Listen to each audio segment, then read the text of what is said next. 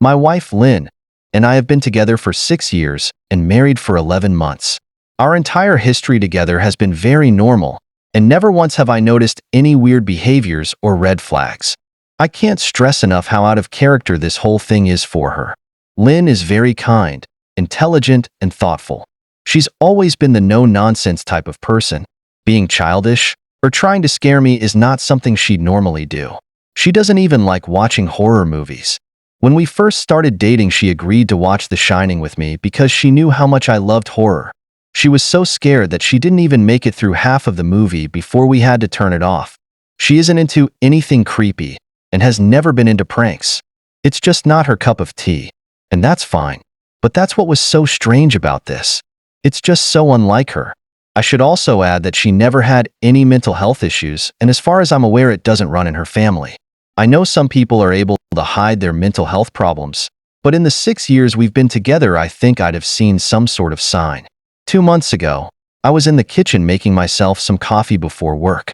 I was running a bit late that morning and knew I wouldn't be able to make it to Dunkin' Donuts for my usual morning fix. I took a sip of my coffee as I hurried down the hall towards the front door, when I happened to notice Lynn peeking at me from around the corner ahead of me. I could only see her eyes and a strand of her long dark hair hanging against the wall. The rest of her body was concealed behind the corner. I nearly spilled my coffee when I saw her. I did burn the shit out of my lips. "Geez, Lynn," I said, wiping a few drops of coffee from my pants. "You scared the shit out of me." She immediately popped out of view like a little kid that had been caught. I heard her scurry off towards the living room, and by the time I got to the front door, she was out of sight. It was really weird, and just totally out of character for her, like I said, but I also found it kind of funny that she was being more playful and a little less serious. I shouted that I loved her and called her a weirdo. As I shut the door behind me, I heard her laughing. Her behavior was a bit odd, but it certainly wasn't something to call a priest over. I forgot about it by lunch, and by the time I got home, she was her normal self. I didn't bring it up, and neither did she, and life went on. The next incident happened 3 days later. It was around 2 a.m., and I had woken up to get a drink. I was standing at the kitchen island, jug of OJ in hand, when I felt a strong feeling that I was being watched. For whatever reason, I looked down at the floor and saw my wife's smiling face staring back. She was peeking at me from the other side of the island, staring up at me with wide, unblinking eyes and grinning like the Cheshire Cat. I screamed. I'll admit it. Not out of irritation, but fear. For some reason at that moment I was scared. At the sound of my scream, Lynn scuttled backwards out of my view, her hands and feet smacking the tile floor as she hurried out of the kitchen on all fours. I didn't run after her, or even yell after her. I just stood there frozen in shock, wondering what fuck had possessed her to do that. It took me a little longer than I'd like to admit to go back upstairs, but I eventually did. When I got to our bedroom, Lynn was lying on her side, asleep, or at least pretending to be. I stood there for a while, watching her breathing to be sure she really was asleep. I had the feeling she might jump out at me the moment I got into bed, but she didn't. I climbed into bed and she didn't even move. Her breathing was soft and deep, and I was starting to wonder if I dreamt the whole thing. The next morning I waited for her to come down for coffee, and after handing her a mug and kissing her cheek, I decided to ask her about it. "What was that about last night?" I asked, keeping my tone light so I didn't offend or embarrass her. She frowned over her cup of coffee, shaking her head like she had no clue what I was referring to. "You were peeking at me again. From over there," I said, pointing to the spot on the floor by the kitchen island. She followed my gaze, and when she looked back at me, she burst out laughing. She laughed so hard that I couldn't help but join her. "You creep me the fuck out sometimes. You know that?" I said. She giggled and set her cup on the counter and wrapped her arms around my neck. "You creep me out all the time.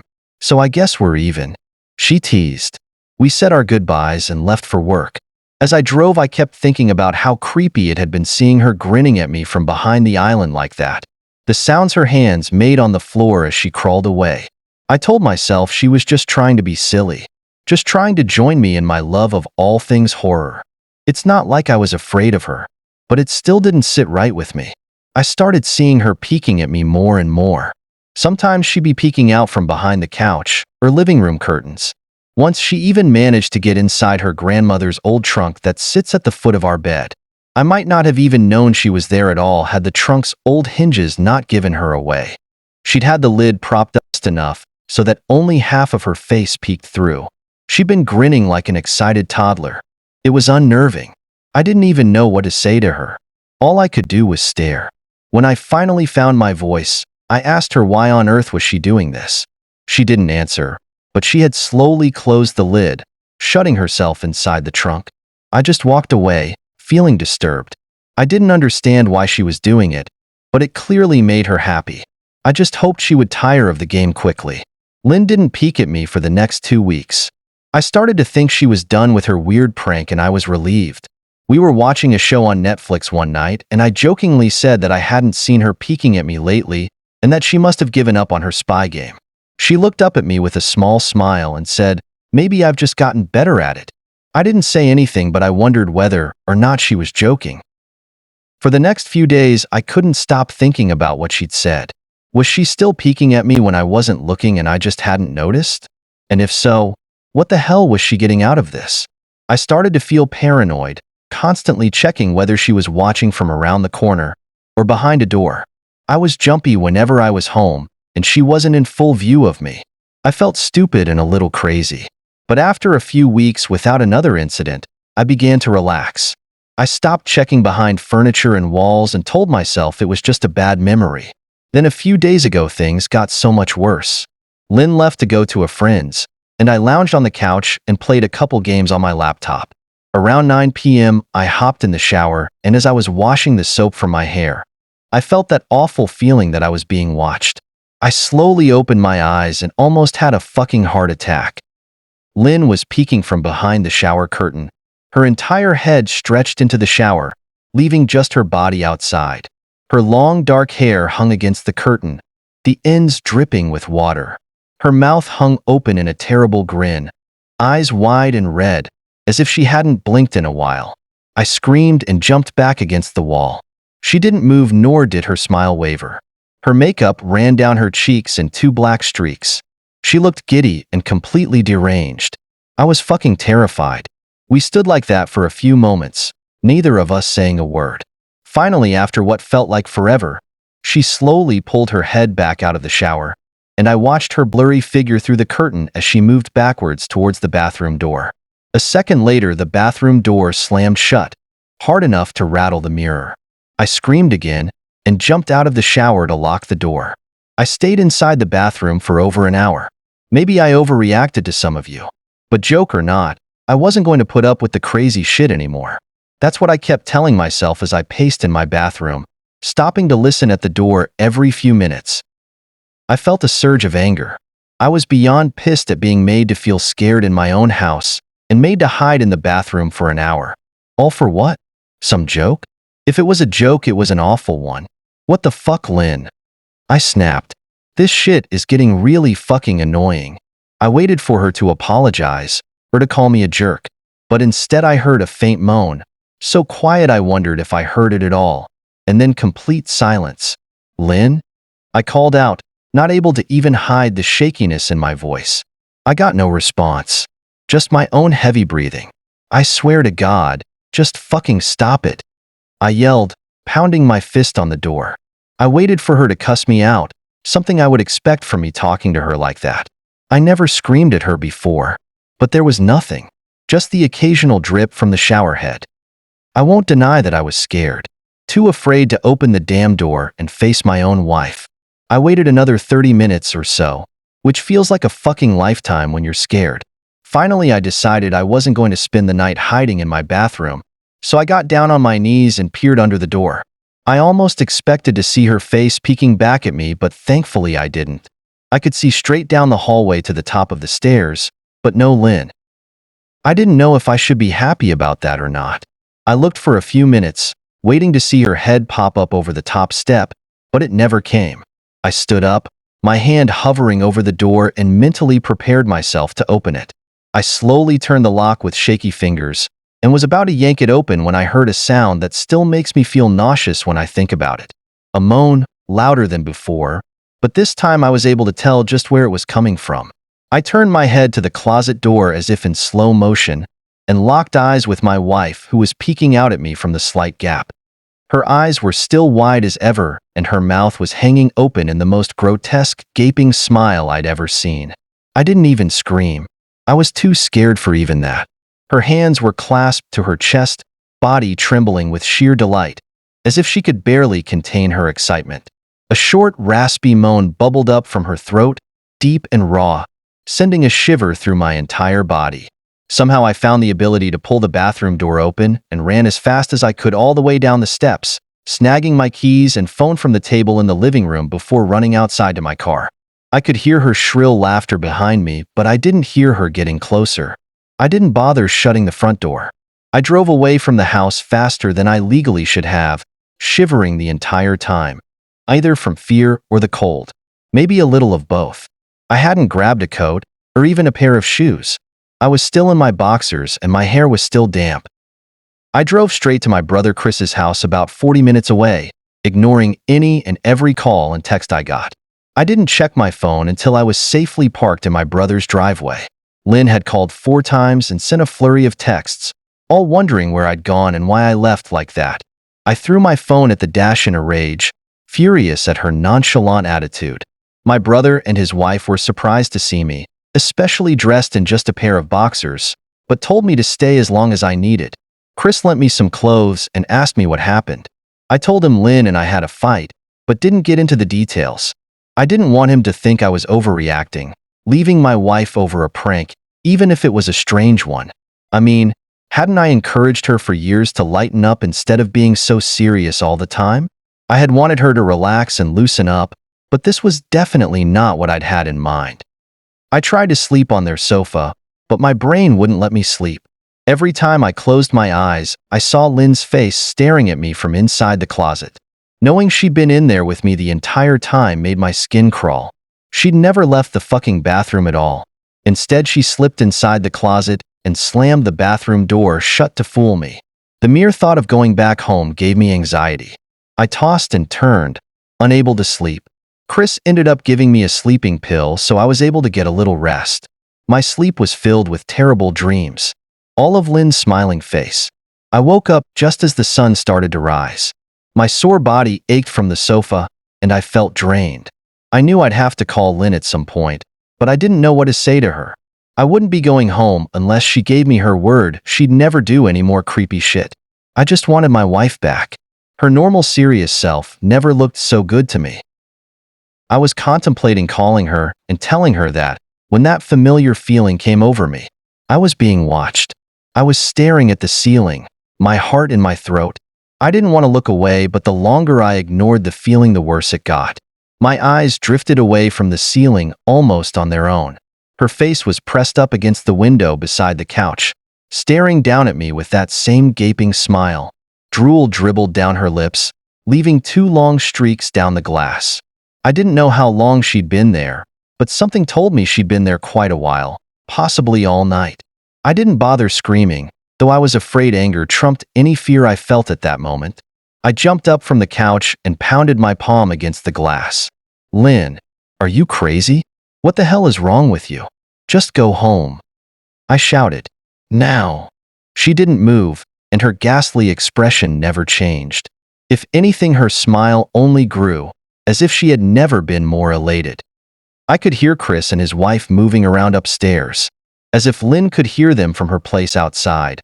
Her head twitched slightly in their direction, and she began to close her mouth slowly. Chris called my name from upstairs, obviously concerned. I turned to see him and his wife Rebecca hurrying down the steps. When I turned back to the window, Lynn was gone. The only sign she'd been there at all was the 2 streaks of drool still dripping down the glass. I tried explaining to Chris and Rebecca about waking up to see Lynn watching me through their window. They were skeptical. Who wouldn't be? Chris and I went outside to the spot in front of the window, but there were no footprints in the dirt, just a slight indent. Animal probably, Chris guessed, and I didn't argue. He and Rebecca assumed I dreamt the entire episode, but they didn't understand, and I was too tired to explain it to them.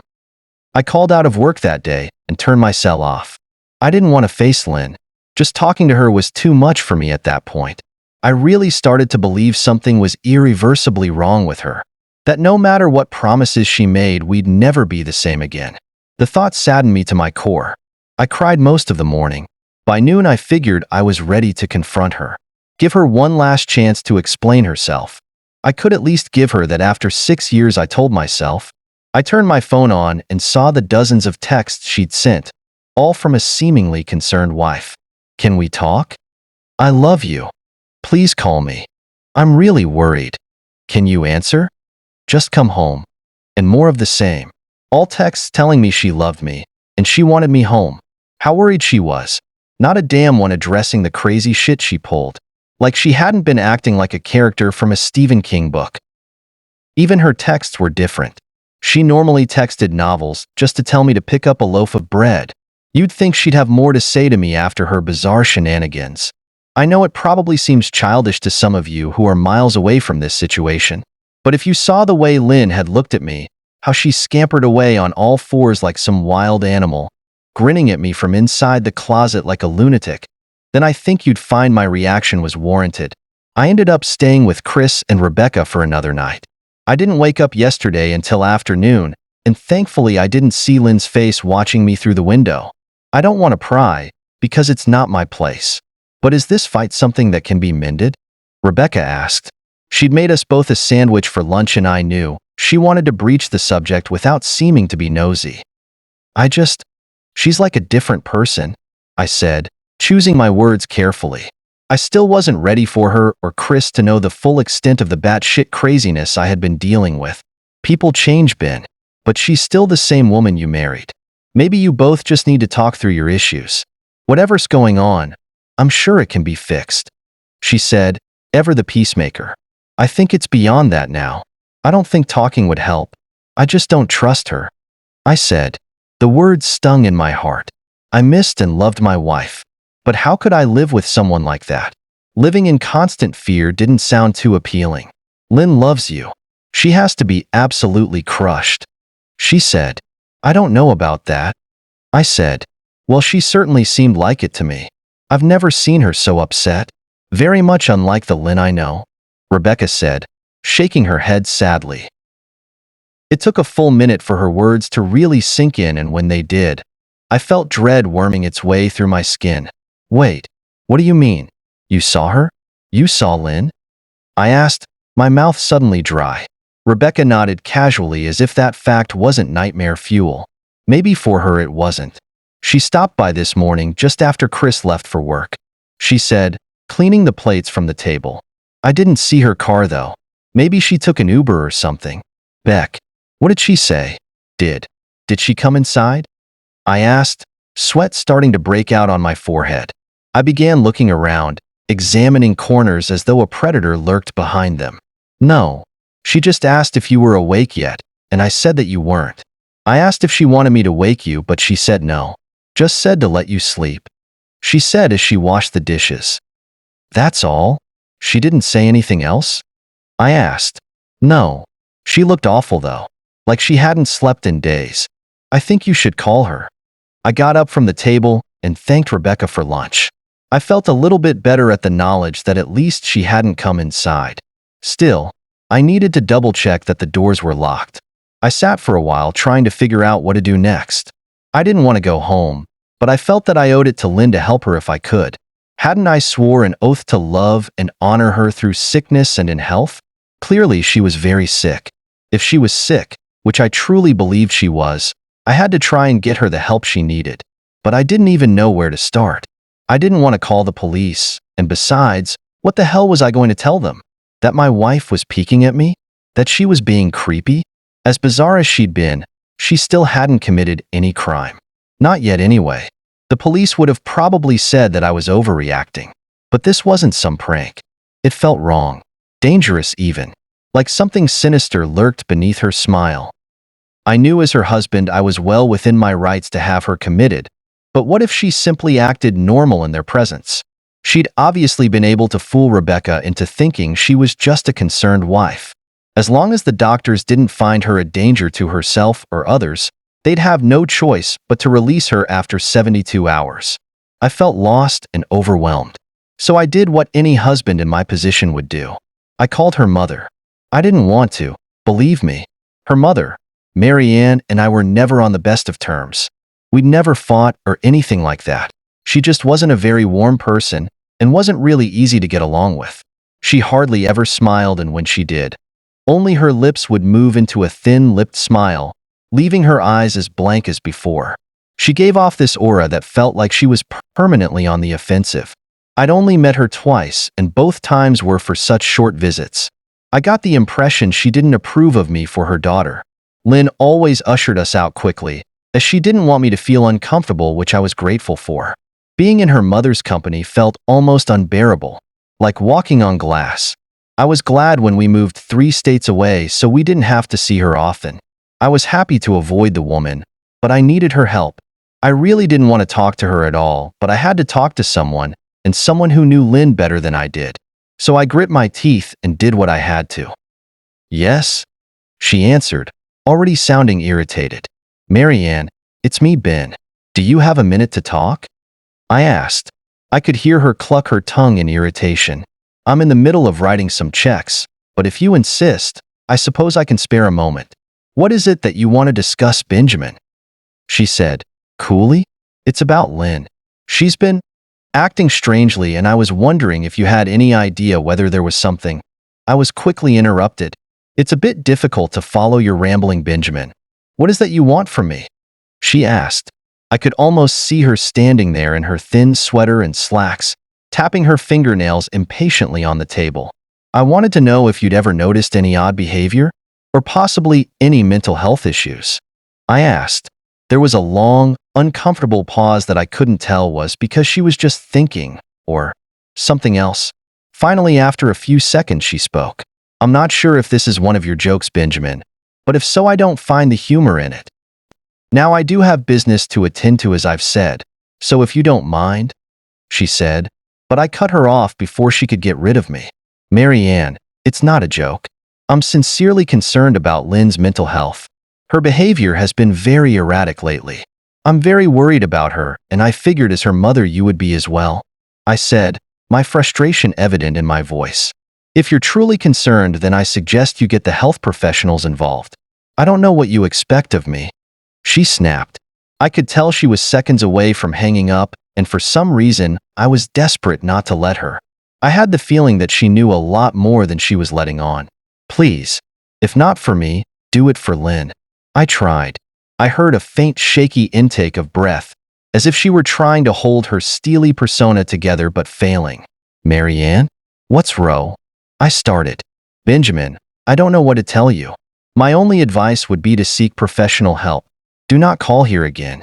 Goodbye." I tried to call out to her, but she'd hung up. I tried to wrap my head around the call, and her refusal to help me.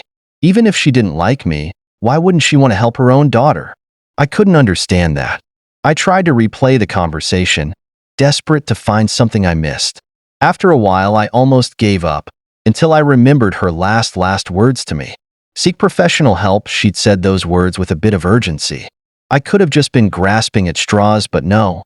I was sure her voice had changed ever so slightly when she'd said that, as if they were very important. What had she meant? I assumed she'd been referring to medical professionals, but maybe she was referring to someone else. Someone that she didn't, for some reason, feel comfortable saying directly. Or maybe I was just desperate. I waited for Chris to get home, and after a very long and exhausting conversation with him and Rebecca, I convinced them that Lynn truly needed psychiatric help. I didn't tell them everything. I wasn't prepared to go into it yet, but I told them about our last encounter, how she'd hidden in the bathroom, peeking at me from the closet. They were obviously shocked, but thankfully they believed me. They too just wanted to help her. Still, they didn't think it was all that serious. Weird, maybe, but not dangerous. They just kept saying that Lynn had to be playing some kind of weird joke. "Maybe for YouTube?" Rebecca offered, if only half-heartedly. Chris didn't think we should involve the police just yet. He offered instead to go with me, and I readily accepted. He reasoned that calmly talking to her, trying to coax her into going willingly, was the best recourse. I agreed to do it his way. At least I wouldn't be going into that house alone. We drove over this morning, just after breakfast. There was no way I was going at night. When we pulled into the driveway, my stomach began doing somersaults. Her car wasn't there, but I still didn't let my guard down. The front door was ajar, and for a split second I thought we'd see her eyes staring through the gap. I was shaking and starting to sweat. Chris, however, was fine. He waited for me to open the door, his hands in his pockets like he was going on a fucking stroll through the park. I envied his ignorance. I pushed the door open and was immediately hit with the stench of rot. Chris smelled it too, and he walked in the house behind me with his nose scrunched up. "What do you guys use to clean the floors around here, shit?" Chris mumbled. "Shut up," I said, my eyes darting around for any signs of Lynn. The house was deadly quiet and dark despite being 10 in the morning. All the curtains were closed up tight, refusing to allow any sunlight inside. If I hadn't left it just 2 days prior, I'd have thought the house to be abandoned. We moved through each room, carefully checking any place that she might hide, occasionally calling her name. "Why the fuck are you looking under the couch?" Chris asked eventually. "Aren't we looking for your wife?" He was looking at me like I was a moron. "Let's just go upstairs," I whispered. He shook his head but followed me up the stairs to check the bathroom and spare bedroom. On the way up, my shoes crunched over pieces of glass that looked to be littered over a few of the steps. I noticed that one of Lynn and my wedding portraits that hung on the wall along the staircase had been smashed. The frame hung crookedly, all the glass removed. I stared at the picture, a lump forming in my throat. We had taken the photo just after leaving the church, after saying our vows. She looked so beautiful in her white gown. I looked at Lynn's beautiful face. I never dreamed her face would ever be a source of terror for me. We climbed the rest of the steps and checked the spare bedroom, but it looked completely untouched. I was hesitant to go into the bathroom, my fear from that night coming back to me all at once. Chris noticed and offered to go in by himself, but I couldn't let him do that. So we walked in together, checking the closet and the shower. The bathroom looked as if it hadn't been touched since the night I left. "I don't think she's here, Ben. Why don't you pack some clothes and we'll try coming back tomorrow or something?" Chris said. I nodded and went into our bedroom and shoved some clothes into a duffel bag. When I checked inside our closet, I came across the source of the smell and gagged. Chris took one look and lost all color in his face. He had to go stand by the stairs to get away from the sight and smell. I gazed down in shock at what lay inside my bedroom closet. Soaking into the rug were at least a dozen eyeballs, all carefully laid out in pairs. Some were as large as a quarter while others were as tiny as a marble. I stared down at the eyes she'd collected from small animals, and I wondered how she'd gotten them, and shuddered at the thought. Man, I thought I had it bad with Becca's shoe addiction. But fuck me. Your wife's in here collecting eyeballs. Chris said, gagging. Ben, I think we should go. He called from the hall. I'm getting nauseous. All right. I grabbed my duffel and shut the closet door on my new nightmare. I stepped out into the hall and took a deep breath of air. I could taste the rot on my tongue and I couldn't help but gag. Who the fuck lines up eyeballs in their closet like that? Chris mumbled. I tried to tell you she needed help. I said. She doesn't need help, Ben. She needs a fucking exorcist. He said. You coming or what? I can't stand the smell any. His words died in his throat, and his eyes grew wide with fear. I didn't ask him why. I could feel it. Someone was watching me, and I didn't think it was the eyes in the closet. I turned around, my eyes slowly scanning the bedroom. Christ, I whispered, as I finally saw what we'd missed. Under the bed, curled on her side, watching us with the excitement of a kid on Christmas morning, was my wife. She held her hands together just under her chin, and they were shaking eagerly. Now that she knew she'd been found, I could hear the quiet noises she was making, a sort of hiccuping sound in her throat, as if the excitement was just too much for her. It was unnerving to say the least. Wide eyes, and that same huge smile. Everything in me told me to run, but I forced it away. This was my wife. No matter how twisted, she was still the woman I married. I had to help her. Lynn, I said softly. She didn't respond, but her head bobbed back and forth in two quick little movements as if she were nodding. Baby, I just want to help, okay? Can you let me do that? I asked. I had taken a single step forward, approaching her like some kind of dangerous animal. I love you, Lynn, I said softly, taking another step closer. She let a tiny moan escape her wide-open mouth, and I had to resist the urge to run. Her shoulders were starting to quiver, and her eyes grew as large as saucers. I crouched down so I could see her better, and immediately saw the blood. Her hands were covered in it. They trembled more the closer I got, as if she was barely able to contain herself. Lynn, are you hurt? You're bleeding, I said. She bobbed her head again, her bloody fingers moving up and down as if playing an invisible piano. They occasionally grazed her chin, leaving smears of blood on her skin. I wanted to recoil in disgust. The smell that was coming off of her was revolting. I could feel the vomit trying to climb up my throat. Her lips were dry and stretched thin, blood seeping between the cracks. I knew she wouldn't come out on her own, but I didn't want to leave her in the state she was in. I scooted closer and reached out to her. The excited hiccuping sounds got louder and her hands shook, fingers flexing. It was then that I could see the blood oozing from in between her fingers. Oh my God, Lynn, you're bleeding, I said. Instinctively, I reached out to take her hand, but before I could even touch her, her hand sprang out towards me. A sharp pain shot through my arm, and I fell back on my ass. My arm burned, and I could see the blood dripping down onto the carpet. I looked back at her in shock and saw her grinning madly, her fingers clutching a large shard of glass. You all right in there? Chris asked from behind me.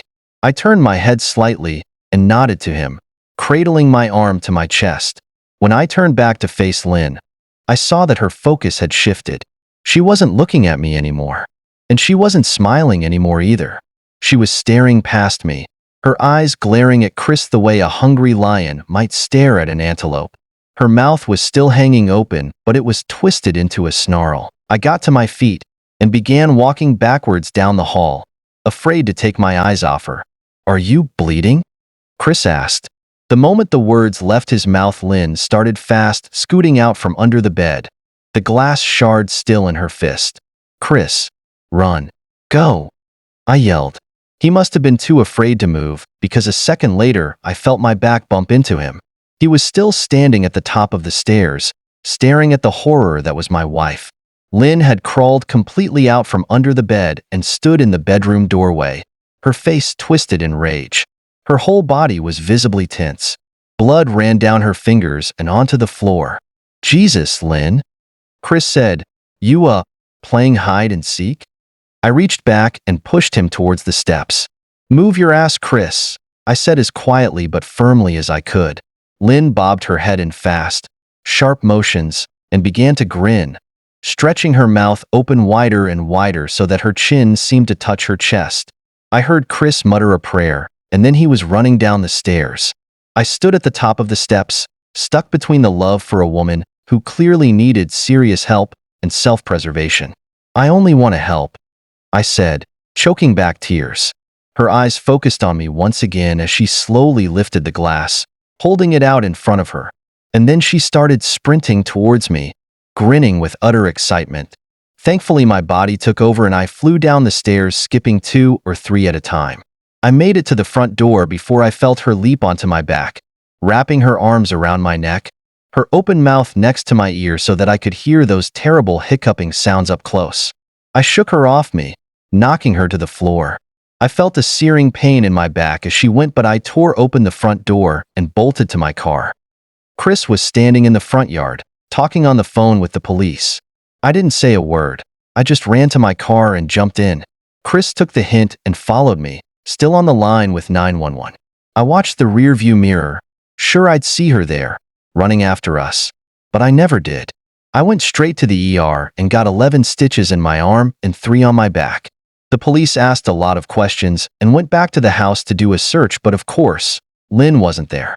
They advised me to stay with a friend or relative for a while and to file a restraining order as soon as I could, but none of those things would matter.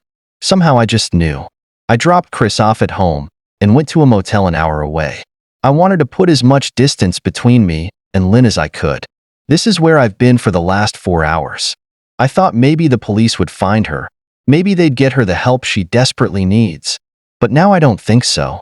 Because 40 minutes ago I got a text from an unknown number. Just 3 words. I found you. And a picture attached. The picture was dark and grainy, but I instantly knew what it was. There was no mistaking my wife's eye. I started typing this out immediately after. I don't know what to do. I'm alone and scared, and I can't help but feel that I'm being watched.